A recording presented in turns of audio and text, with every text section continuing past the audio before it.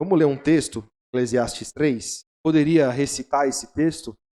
Só para os irmãos lembrarem, importante que nós trouxemos pregações aí nos últimos dias, né? Trazendo revelações, textos difíceis de entender para muitos. Então, quando a gente abre a palavra e lê o texto, aí não fica mais nenhuma desculpa, né, irmãos? Nós estamos lendo o que está escrito. Esse texto aqui, Eclesiastes 3, verso 9, irmãos. Texto pequeno, irmão. Diz assim, ó. Que proveito tem o trabalhador naquilo que trabalha? Tenho visto o trabalho que Deus deu aos filhos dos homens para com ele os afligir.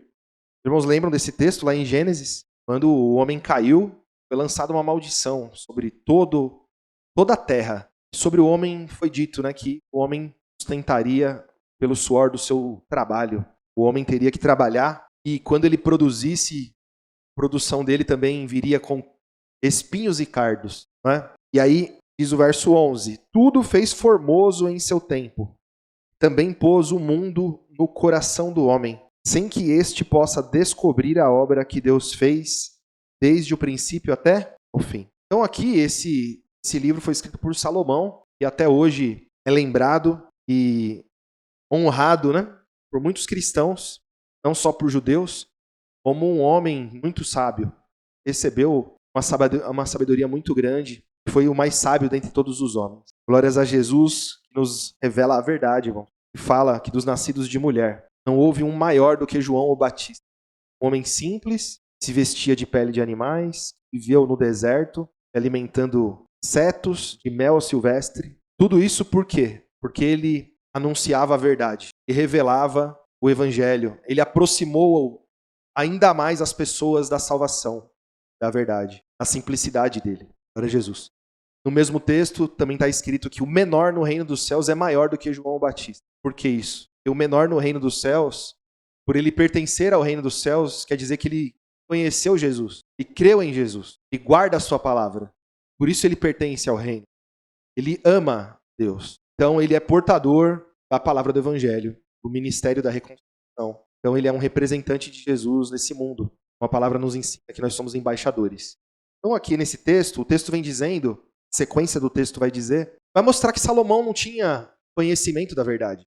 Salomão concluiu no texto aqui que não tinha coisa melhor para o homem, já que o homem vai morrer, ninguém sabe o que vai acontecer com ele, o homem é como um animal, assim como morre o animal, morre o homem, ambos voltam para o pó, e ninguém vai voltar para dizer que um sobe e o outro desce. Mas nós conhecemos um que foi até as partes mais baixas da terra, e voltou e nos deu testemunho do céu, Jesus. Então o texto vem dizendo que o Deus desse mundo, o Deus desse século, ele colocou o mundo no coração do homem. E isso é uma verdade. Irmão. O homem, ele vive por esse mundo, para conquistar as coisas desse mundo.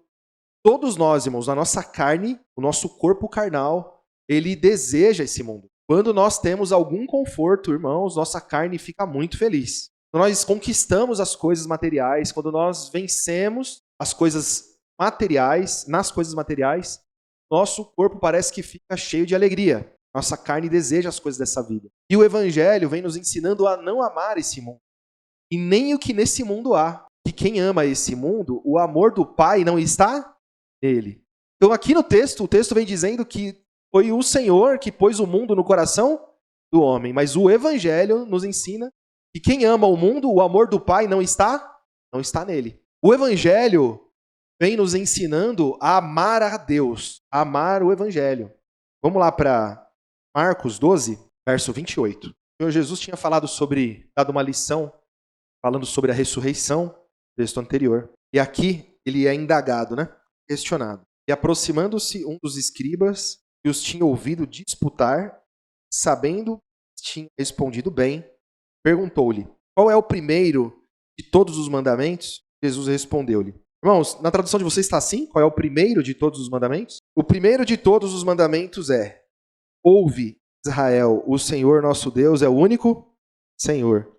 Amará, pois, o Senhor teu Deus de todo o teu coração, de toda a tua alma e de todo o teu entendimento e de todas as tuas forças. Este é o primeiro mandamento. E o segundo semelhante a este é: amarás o teu próximo como a ti mesmo. Não há outro mandamento maior do que estes. O escriba lhe disse: muito bem, mestre, e com verdade dissestes que há um só Deus, que não há outro além dele, e amá-lo de todo o coração, de todo o entendimento, de toda a tua alma, de todas as suas forças, e amar o próximo como a si mesmo, é mais do que todos os holocaustos e sacrifícios. E Jesus, vendo que havia respondido sabiamente, disse-lhe: não estás longe do reino de Deus. E já ninguém ousava a perguntar-lhe mais nada. Então veja, quem fez essa pergunta foi um escriba. Um escriba, irmãos, naquela época, era um sábio. Alguém que conhecia muito a lei. Quando ele pergunta ao Senhor Jesus, ele pergunta apontando para a lei. Qual é o primeiro, qual que é o maior, qual que é o principal mandamento? E o Senhor Jesus responde 2. Amar a Deus. E aí ele vai falando: teu Senhor, teu Deus, de todo o teu coração, de toda a tua alma, de todo o teu entendimento e de todas as suas forças. Esse é o primeiro mandamento. E o segundo é semelhante a esse: amarás o teu próximo como a ti mesmo. Não há outro mandamento maior do que esse. Então, quando nós vemos o Senhor Jesus dando um novo mandamento, o Senhor Jesus, um novo mandamento, que vos ameis uns aos outros, assim como eu vos amei a vós, que vós vos amei. Então, a resposta que o Senhor Jesus está dando aqui é porque ela foi muito direcionada para a lei. O escriba apontou para a lei e falou: olha para a lei e diz para mim qual é o principal, o maior. E o Senhor Jesus responde, mas apontando para o evangelho. Então ele usa, sim, o que foi escrito lá acerca de Deus.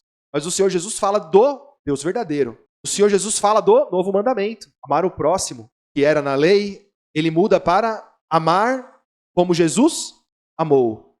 Não como a ti mesmo, mas como eu amei. Então nós olhamos para Jesus para amar o nosso irmão. Então a palavra do evangelho nos faz, irmãos, viver o que o Senhor Jesus tem ensinado aqui. Nós temos que amar a Deus. Por quê, irmão? A palavra do evangelho vem nos ensinando a renunciar a esse mundo. Nós que temos o mundo no coração, eu e você temos o mundo no coração, na nossa carne, não mais no nosso entendimento. E o Senhor Jesus mudou a nossa mente. Mas a sua carne, ela deseja as coisas desse mundo. A sua carne quer conforto, a sua carne quer prazeres, a sua carne quer honras, quer ser glorificada pelos homens. Então, a palavra do evangelho nos ensina a amar a Deus, entregar a nossa vida a Ele, por tudo o que o Senhor Jesus é, por tudo que Ele fez por nós. Glórias a Jesus. Então ele fala para o escriba: olha, respondestes bem, não estás longe do reino?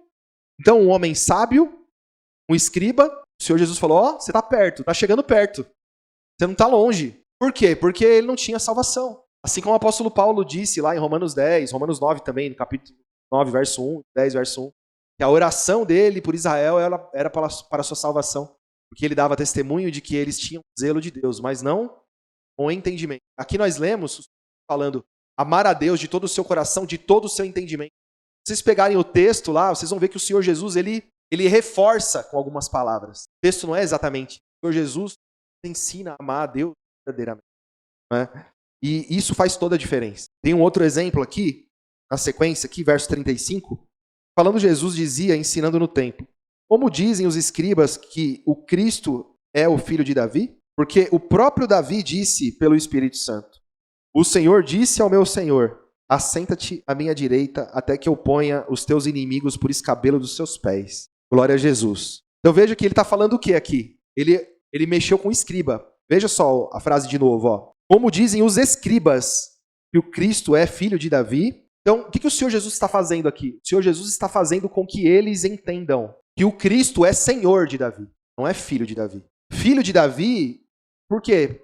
Porque a Escritura dizia que o Senhor Jesus nasceria da descendência de Davi. Mas o Senhor Jesus está se revelando Senhor de Davi, Senhor dos homens. O Senhor Jesus está se revelando Deus aqui, ainda que de uma forma misteriosa, não é? Como ele mesmo disse, que ele só falava em parábolas. Então, verso 37, pois se Davi mesmo lhe chama Senhor, como é logo seu filho? E a grande multidão o ouvia de boa vontade, e dizia-lhe em sua doutrina: guardai-vos dos escribas, que gostam de andar com vestes compridas, e das saudações nas praças, e das primeiras cadeiras nas sinagogas, e dos primeiros assentos nas ceias, que devoram as casas das viúvas, e isso com pretexto de largas orações.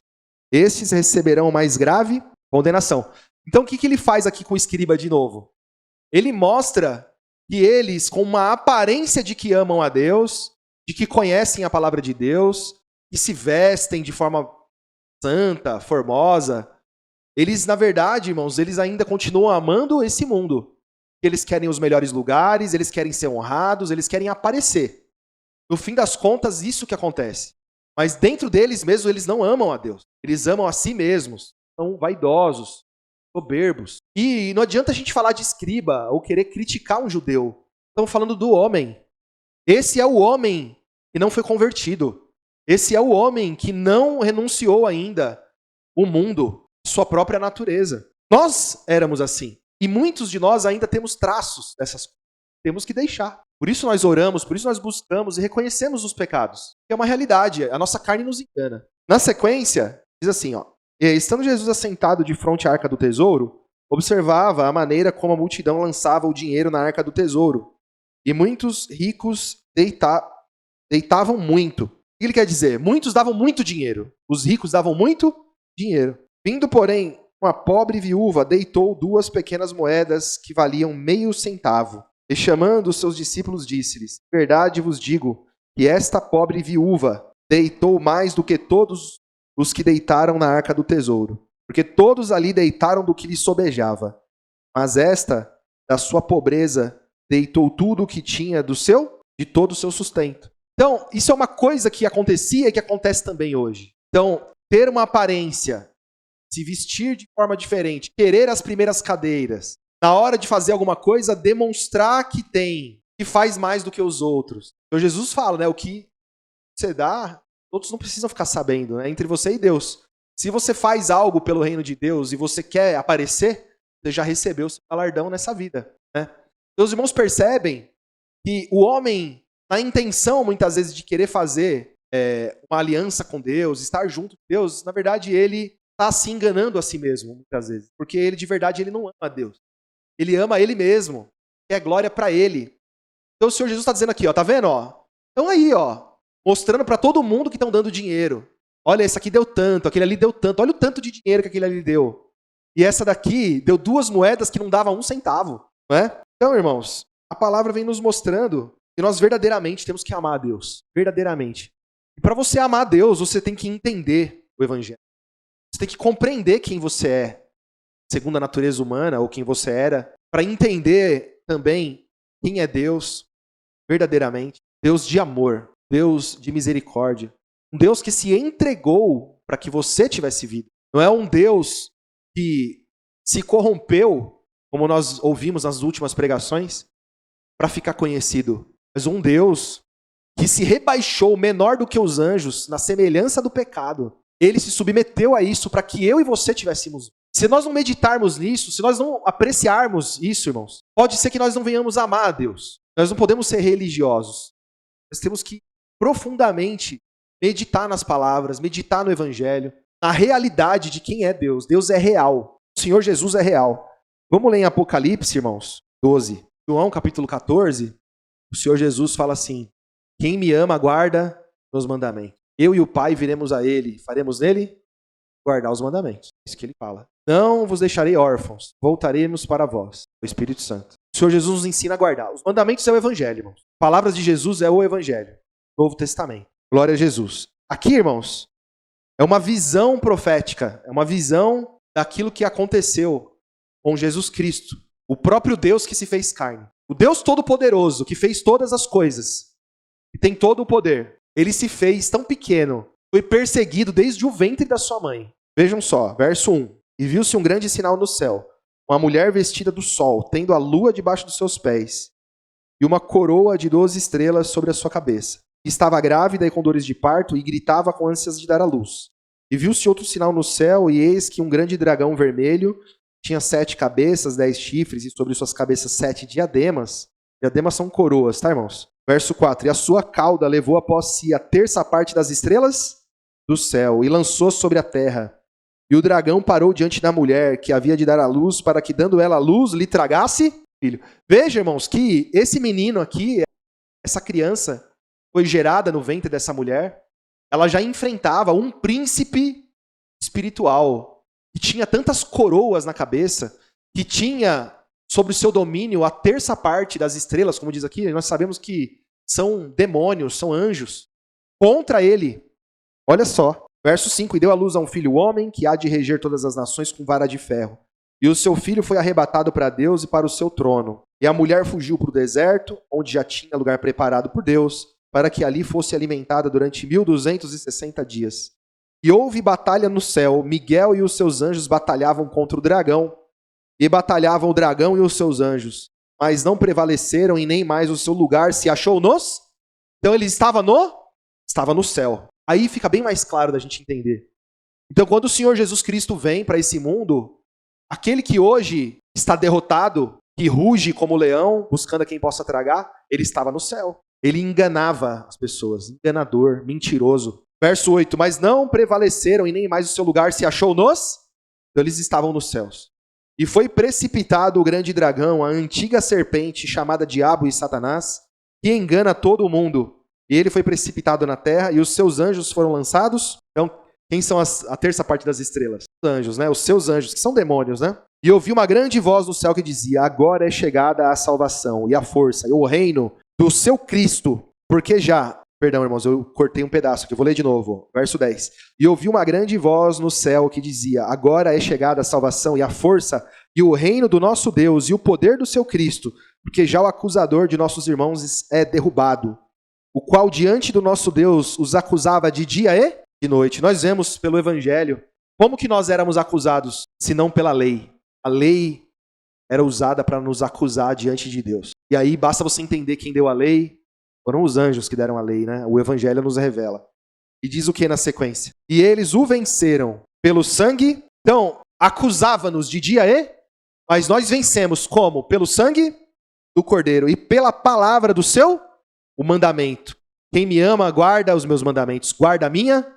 A palavra que eu vos falo, vos ensino, não é minha, mas é do Pai. É o Evangelho.